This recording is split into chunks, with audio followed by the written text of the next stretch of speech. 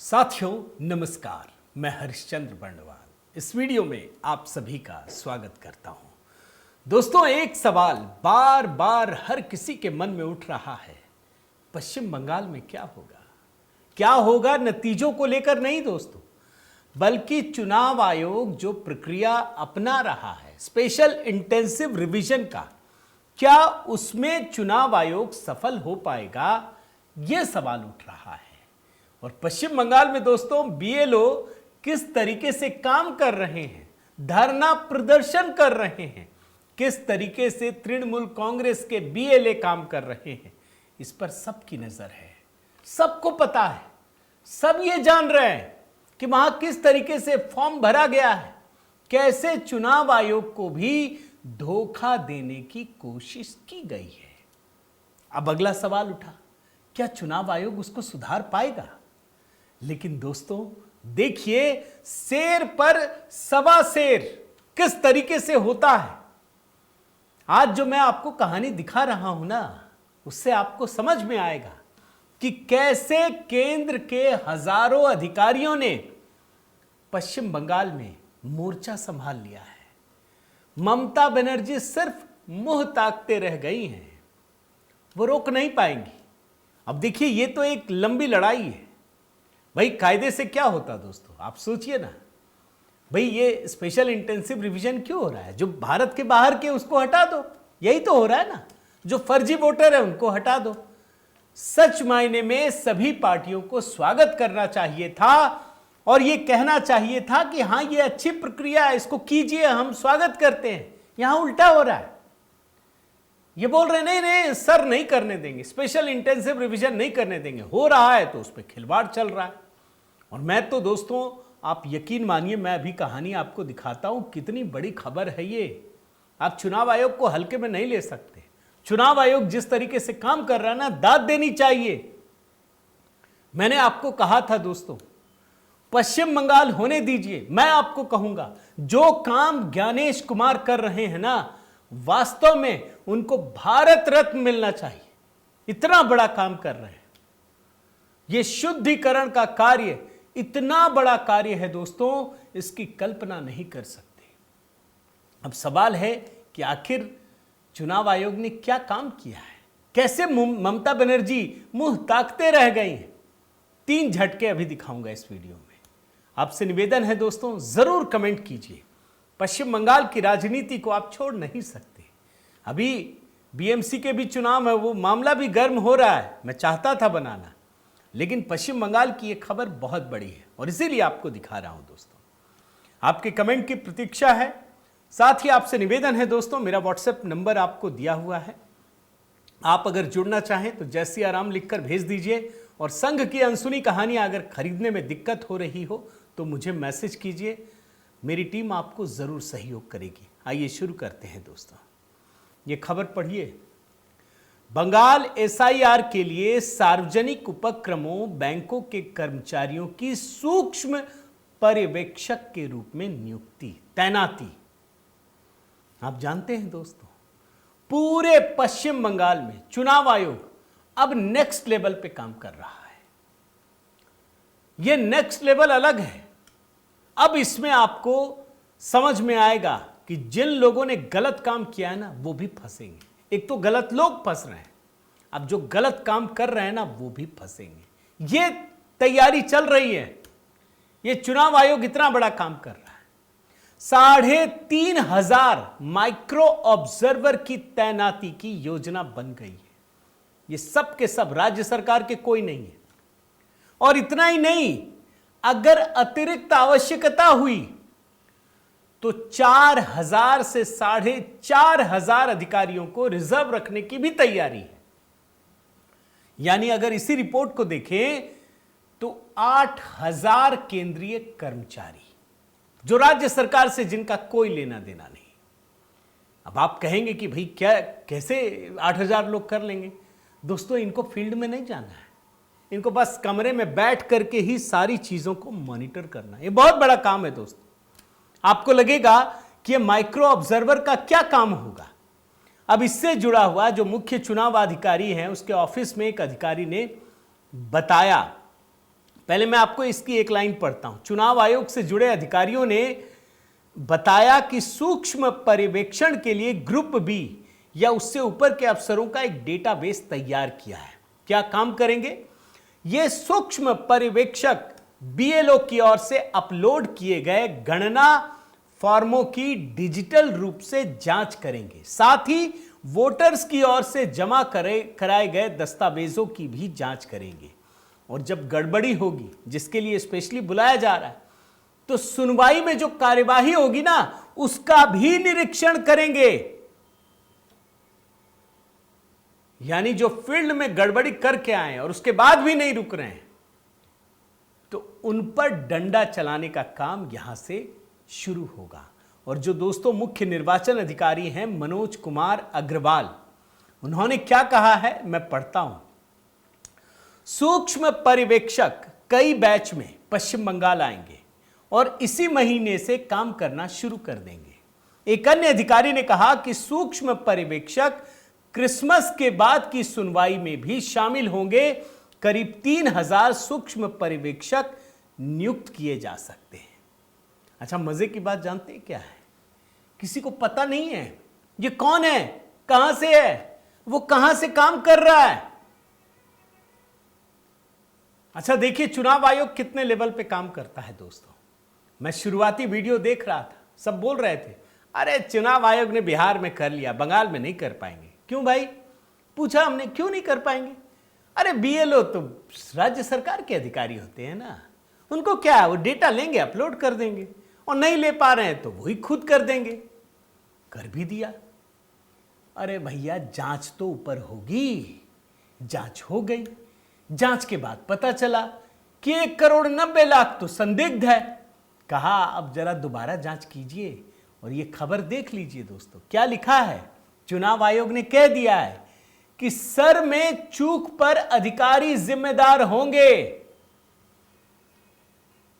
एक बार तो गलती हमने भी माफ कर दिया, चलो अब अगर आपने गलती की तो आपकी जिम्मेदारी होगी। आपको काम करना ही पड़ेगा, सबको करना होता है। हम प्राइवेट सेक्टर में काम करते हैं दोस्तों, तो क्या हम काम नहीं करते? आप नहीं करते तो जो सरकारी अधिकारी हैं वो क्या सिर्फ मतलब आराम करने के लिए है? भाई उनको भी काम करना पड़ेगा। सुप्रीम कोर्ट कह चुका है कि आपको काम करना ही पड़ेगा, आपके पास कोई अतिरिक्त प्रेशर नहीं, और अगर है तो राज्य सरकार को और अधिकारी देने पड़ेंगे। और चुनाव आयोग ने आपको जो उसके लिए मिलता है पैसे, वो भी बढ़ा दिया है, इंसेंटिव बढ़ा दिया आपका। अब देखिए, यहीं से ममता बनर्जी की मुश्किलें बढ़ गई हैं। अभी उन्होंने 22 तारीख को यानी परसों कोलकाता के नेताजी इंडोर स्टेडियम में टीएमसी बूथ लेवल एजेंटों को संबोधित कर रही थी। पता है क्या कह रही हैं? कि चुनाव आयोग ने बिना जानकारी दिए केंद्रीय अधिकारियों को ऑब्जर्वर और माइक्रो ऑब्जर्वर के तौर पर नियुक्त किया है, जिससे संशोधन प्रक्रिया की निष्पक्षता पर सवाल खड़े हो रहे हैं। इसका मतलब यह हो गया कि चुनाव आयोग ने जिन अधिकारियों को नियुक्त किया है वो सरकार को भी नहीं पता। वो तो कहीं कोने में बैठ करके बस सिर्फ देख रहे हैं। अब वो कहां बैठे हैं ये भी नहीं पता। वही तो बोल रही हैं कि हमको जानकारी नहीं दिया। अब ये दूसरी बात कहती हैं, ममता बनर्जी ने यह भी कहा कि सुनवाई के लिए नियुक्त कई माइक्रो ऑब्जर्वर स्थानीय भाषा बांग्ला से परिचित नहीं है, जिससे सत्यापन प्रक्रिया प्रभावित हो सकती है। उनके अनुसार ऐसे अधिकारी दूसरे चरण की जांच के लिए उपयुक्त नहीं हैं। आप देख रहे हैं भैया, ये तो मशीन जांच करेगी ना। अब तो मशीन का काम है। आजकल तो मशीनें कैसी है दोस्तों, आप YouTube मैंने हिंदी में अपलोड किया, आप चाहें तो इसको इंग्लिश में सुन लीजिए, आप चाहें तो दुनिया की किसी भाषा में देख लीजिए। भाषा तो अब रुकावट है ही नहीं। और मैं कल ही एक आर्टिकल देख रहा था दोस्तों, पीएम ने भी रीट्वीट किया है, उसको ट्वीट किया है। उसमें कहानी यह है कि लोकसभा में जो अब भाषण हो रहा है ना, सरकार ने ऐसी सुविधा दी कि आप स्थानीय भाषा में बोलिए और देश में सारी भाषाओं में ट्रांसलेट हो जाएंगी। तमिल बोल रहे हैं लोग संसद के भीतर, कोई दिक्कत नहीं। क्यों? वो ट्रांसलेट हो जा रही है भाषा। मुझे हिंदी में सुनना है, हिंदी में सुनेंगे। तो इन अधिकारियों को भाषा संबंधी क्या दिक्कत होगी? और तब जाकर के ममता बनर्जी असलियत पर आती है। वो कहती हैं कि चुनाव आयोग वोटर लिस्ट से 1.5 करोड़ नाम हटा देना चाहता है। अब सवाल यह उठता है दोस्तों कि चुनाव आयोग अगर 1.5 करोड़ वोटर हटा देना चाहता है तो क्या वो सामने नहीं आएंगे कि मेरा नाम गलत तरीके से हटाया, मैं कोर्ट जा रहा हूं? फिर चुनाव आयोग की विश्वसनीयता खराब होगी या नहीं होगी? बिहार में तो कोई नहीं आया, एक भी आदमी नहीं आया दोस्तों, आप समझ लीजिए, एक भी आदमी नहीं आया। ये बहुत बड़ी बात है। और मैं आपको दोस्तों इसमें जरा आपको एक चीज दिखाता हूं, एक आर्टिकल आप देखिए, ये बिल्कुल लेटेस्ट कल का आर्टिकल दिखा रहा हूं। बांग्लादेश सीमा से सटे बंगाल के 3 जिले जहां मिले 10 लाख संदिग्ध वोटर। क्या ये नाम नहीं हटने चाहिए? अगर ये काम बीएलओ नहीं कर पा रहे हैं तो क्या उनके ऊपर कोई जांच नहीं होनी चाहिए? ये मैं आर्टिकल से पढ़ रहा हूं दोस्तों। क्या लिखा है? सबसे ज्यादा 3 जिलों मुर्शिदाबाद, दक्षिण 24 परगना, उत्तर 24 परगना में सबसे संदिग्ध वोटर पाए गए हैं। और जो सर के दौरान दोस्तों वंश मैपिंग की गई, बिल्कुल डिजिटल काम है, ये तकनीक का काम है। उनके फैमिली ट्री डेटा में अजीब बात सामने आई। जैसे मैं आपको बताऊं, 1 करोड़ 36 लाख संदिग्ध मामले हैं। इसमें सबसे अधिक जो 4,08,000 वोटर्स हैं वो मुर्शिदाबाद जिले में। एक जिले की बात बता रहा हूं। दूसरा नंबर दक्षिण 24 परगना, 3,78,000 संदिग्ध मामले। अब सवाल है कि क्या 3-4 हजार अधिकारी इसको पता लगा लेंगे? यह भी सवाल उठेगा। अब देखिए चुनाव आयोग ने क्या काम किया। मैं आपको, अब इन्होंने तो बताया ही नहीं, मैं पढ़ देता हूं। चुनाव आयोग ऑफिस के सूत्रों ने बताया कि वंश मैपिंग के दौरान एक खास टेक्नोलॉजी का इस्तेमाल किया गया जिसमें यह फैमिली ट्री डेटा से जुड़े जो संदिग्ध मामले हैं वो सामने आए। इसका मतलब है कि कोई मैन्युअली जाके सर्च नहीं करना है, भाई नाम ही डालना है। कि अगर आपने डाल दिया फादर्स नेम सुमित तो सारे सुमित आ जाएंगे। फादर्स नाम में आपने रहमान डाल दिया तो सारे रहमान एक साथ आ जाएंगे। पता तो चलेगा ना कि सबका आधार कार्ड एक ही है क्या? और आपने तो देखा होगा दोस्तों, ये तो अब छुपी हुई बात नहीं है, तो सामने आ चुका है कि जो स्पेशल इंटेंसिव रिवीजन हुआ उसमें 58,20,898 नाम हट गए। वोटरों की संख्या 7 करोड़ 66 लाख से घटकर 7 करोड़ 8 लाख हो चुकी है। लेकिन उसके बाद जो गड़बड़ी आई वो 1 करोड़ 67 लाख से ज्यादा मतदाता है। मैं फिर से रिपीट कर देता हूं दोस्तों ताकि याद रहे, सिर्फ 2-3 पॉइंट आपके सामने रख रहा हूं। 13.5 लाख वोटर्स जिनके माता पिता का एक ही नाम दर्ज है। 11,95,230 मतदाता पिता की उम्र 15 साल से कम है। 24,21,000 वोटर्स जिनके 6 बच्चे हैं। और तो और 3,29,152 वोटर्स जिनके दादा की उम्र 40 साल से कम है। यह स्वाभाविक है क्या?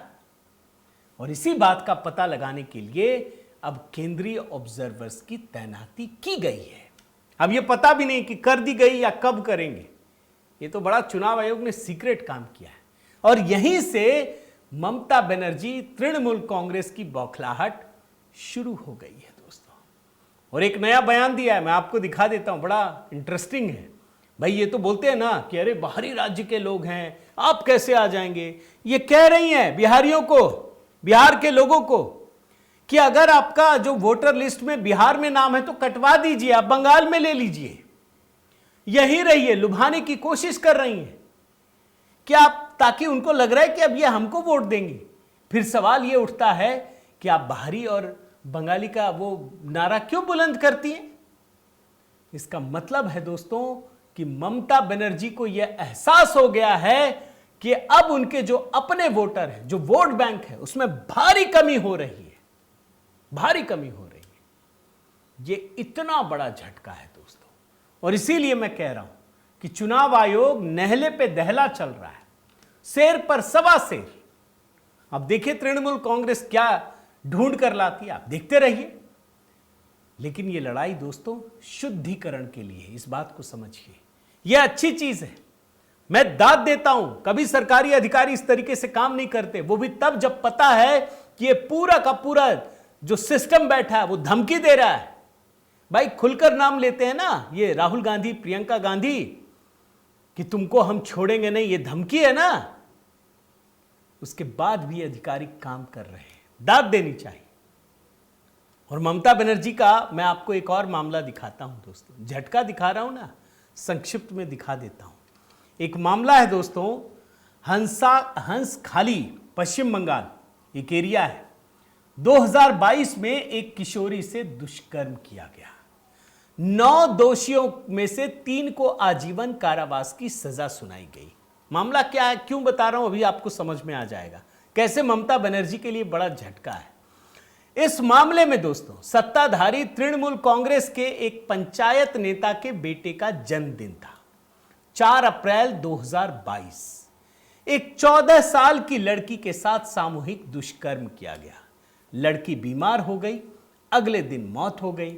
जल्दबाजी में शव का अंतिम संस्कार कर दिया गया।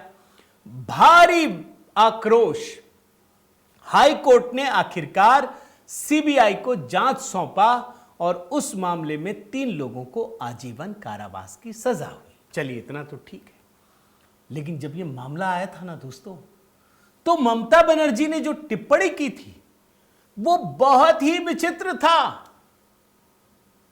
ये झटका है, ये सजा। पता है उन्होंने क्या कहा था, अभी मैं आपको सुनाता हूं। ये बांग्ला में है, ट्रांसलेशन भी लगा, लेकिन मैं हिंदी में आपको बता देता हूं।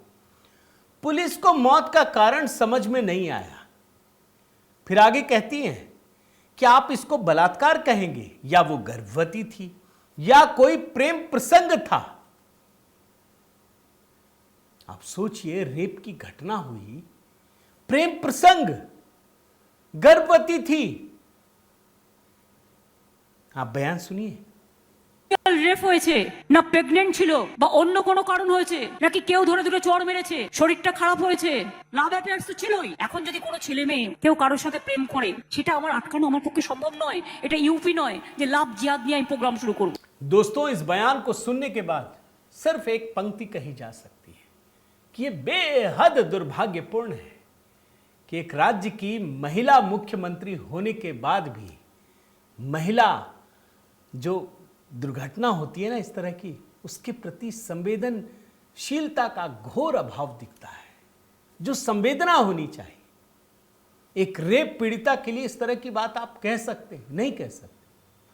कुछ भी हो, आप छोड़ दीजिए, जांच हो रही है, कार्रवाई करेंगे, इतना ही काफी है। वो लव प्रेम प्रसंग का मामला है, क्या है, ये सब कहने की क्या जरूरत है? क्या प्रेम प्रसंग है तो आप क्या रेप की अनुमति हो सकती है? क्या नहीं हो सकती है। ये बहुत बड़ा झटका है दोस्तों, और मैं जानता हूं जब भी इन चीजों को देखा जाएगा ना, तो ये भी देखा जाएगा। भाई आज भी मुलायम सिंह यादव के बयान को लोग देखते हैं ना, याद करते हैं ना, दहशत में भर जाते हैं। आप दहशत में 1 बार 2 बार तो जीत सकते हैं, एक ना एक दिन तो आपको हारना पड़ता ही है। और जब आप हारते हैं तो इतिहास से आप मिट जाते हैं। यही सच्चाई है दोस्तों। पश्चिम बंगाल इस बात की जल्द तस्दीक करने वाला है। उम्मीद करता हूं दोस्तों ये वीडियो आपको पसंद आया होगा। ज़रूर कमेंट कीजिए। आपसे निवेदन है कि अगर आपने चैनल सब्सक्राइब नहीं किया है तो ज़रूर कीजिए, लाइक कीजिए, बेल आइकन दबाइए। और हाँ दोस्तों, मेरी जो नई पुस्तक है संघ की अनसुनी कहानियां, अगर आपने नहीं पढ़ी है तो ज़रूर पढ़िए। अगर खरीदने में दिक्कत हो, नया संस्करण आ गया है, मेरा व्हाट्सएप नंबर है, जुड़िए। जय सिया राम मैसेज कीजिए तो मैं अपने व्हाट्सएप ग्रुप से जोड़ लूँगा।